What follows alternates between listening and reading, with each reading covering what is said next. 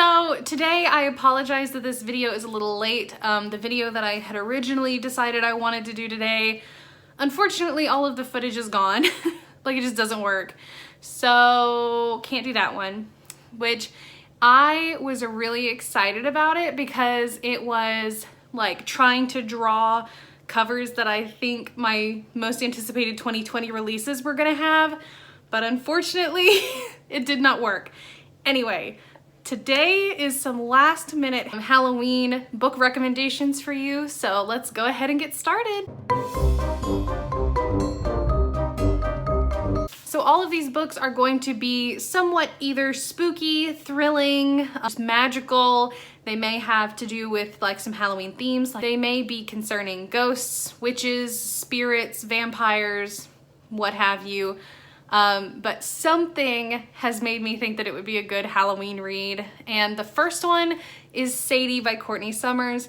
Now, I have not talked about this book in a while, so I feel like I needed to bring it back up. Now, Sadie is about a girl that her sister is murdered and she knows who did it. And this is basically an entire book about her tracking him down. I loved this book, obviously.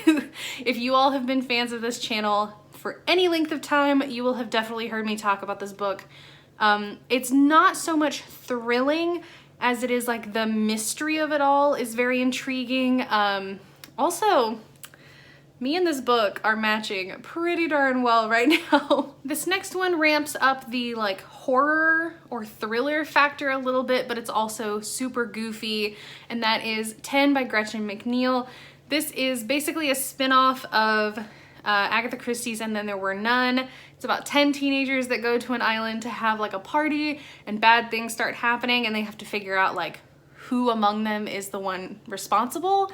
I really liked this book. I thought it would be just like the cheesiest piece of garbage ever, and I ended up really, really loving it. It's in one of my very first 24-hour reading vlogs. Highly recommend. This is still YA, so if you're not into like the big, like gory thriller mystery novels, this is a good one to start with. This next one is a recommendation purely because it deals with witches, and that is These Witches Don't Burn by Isabel Sterling. This is about a girl that she breaks up with her girlfriend, but it's kind of awkward because they're in the same coven. Oops. But they have bigger problems because there is a hunter, like a witch hunter, that has come into town and is trying to destroy their coven. And through the process, she kind of starts having feelings for this other mystery girl that has kind of like come into town, and it's a good time. I used to not be a huge fan of like realistic fiction that was like more contemporary but had just like a magical twist, but this book is absolutely amazing. 5 stars for me. I absolutely loved it. This is great for somebody who doesn't want to read anything spooky but still wants to get like that Halloween vibe. For this next one, I'm ramping up the thriller scary factor a little bit, and that is I See You by Claire McIntosh. I refuse to trust public transportation after this book. It is so scary.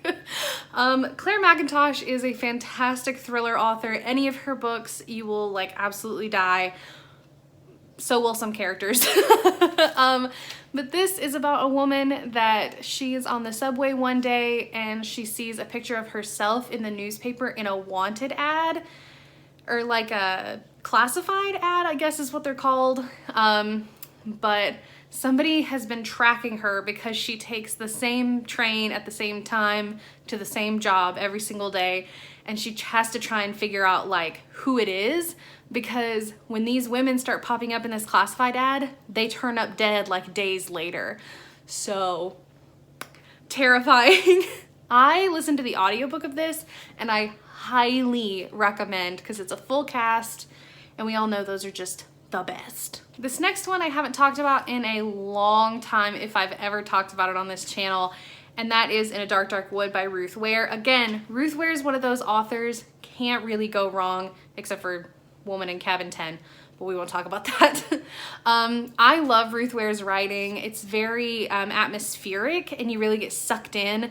This is about a bachelorette party that this girl gets invited to for one of her friends that she hasn't talked to in like 10, 15 years. And naturally it's a thriller, bad things start happening. This was my first introduction to Ruth Ware, and I'm so glad it was because it is one of my favorite thrillers I've ever read. So I would be doing myself a disservice if I did not recommend a Riley Sager book to you all, but for this one, I'm not going to talk about Lock Every Door because I'm sure you all are sick and tired of hearing of that book, but I will recommend The Last Time She Lied, or The Last Time I Lied. Sorry. This is about a woman that years ago she went to this camp and all 3 of her cabin mates went missing, and like I think it's like 15, 20 years in the future she gets invited back to the camp and she finally gets to try and figure out the mystery of like what happened to them.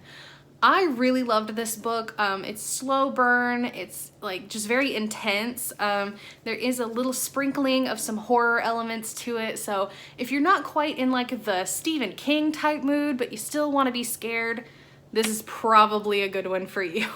Now, I know you all probably expected this book to be in this recommendation because I have noticed that Freeform, or like what used to be ABC Family, has been playing Hocus Pocus non-stop, and I don't blame them because I love Hocus Pocus, but if you want to read basically like the book version, this is The Wicked Deep by Shay Earnshaw. This is about 3 sisters that were drowned back in like, I guess the witch trial era, in this little tiny town called Sparrow because they, like, everybody thinks that they're witches. Well, they come back as kind of like this siren-esque type spirit, and they inhabit the bodies of 3 girls every single summer and lure 3 boys from the town to their briny demise. I loved this book so much. It's lyrical, it's beautiful. I say the same words every time I talk about this book because they're true. I cannot recommend this book enough. Again, not super scary, but definitely revolving around like witches and spooky like themes. Definitely for anybody who really wants to get that like eerie Halloween feel from their read on Halloween. Now my last recommendation, this kind of goes back to basically the beginning of my channel, or it actually may have been right before I started this channel, but this is my favorite thriller I have ever read. And that is The Kindworth Killing by Peter Swanson. I kid you not. This book is so good. If you want the perfect mix of thriller, mystery, domestic psychology, whatever, horror, you name it, it's in this book. I loved this book so much. This was my very first Peter Swanson. I love Peter Swanson. I just now realized the other day that he has another book coming out. Thank you so much to Turning the Pages on Instagram. I would never have known if she had not told me. I am like stupidly in love with this book. Like, I still to this day think about this book sometimes. I love this. This is about a husband that he is catching a flight back home, and he's telling the lady next to him like how frustrated he is about just his wife and the situation that they're in, and that he's like kind of tired of his marriage. And she just kind of offhandedly says, okay, let's kill her. And they start making a plan, and it's so good. It's just such a simple concept, and it's so like cleanly executed. You can't help but absolutely love this book. I wish I had read this like during the Halloween season because I think it would have just really ramped up that creepy feeling for me. So I hope one of you reads this and it's your first time like on Halloween and tells me how it is. So yeah, that is a real quick, I think it's like 8 books that I've recommended for just like last minute Halloween pickups. I highly suggest reading one and or all of these. I loved all these books. They're fantastic. I always recommend them. I'm sure you all have heard of all of them multiple times. But yeah, tell me down below what you're planning on reading on Halloween, because I always take suggestions from you all as well. I love reading them down in the comments. Definitely follow me on Instagram, Twitter, and Goodreads, because that's where I will be posting about what I'm reading and what I'm thinking. If you want pretty nails like mine, I've got like crazy nails today. If you want pretty nails, I have my Color Street link down below. That is how I fund my reading addiction, and that really supports this channel. But anyway, please do not forget to like, comment, and subscribe, and I will see you all next time. Bye!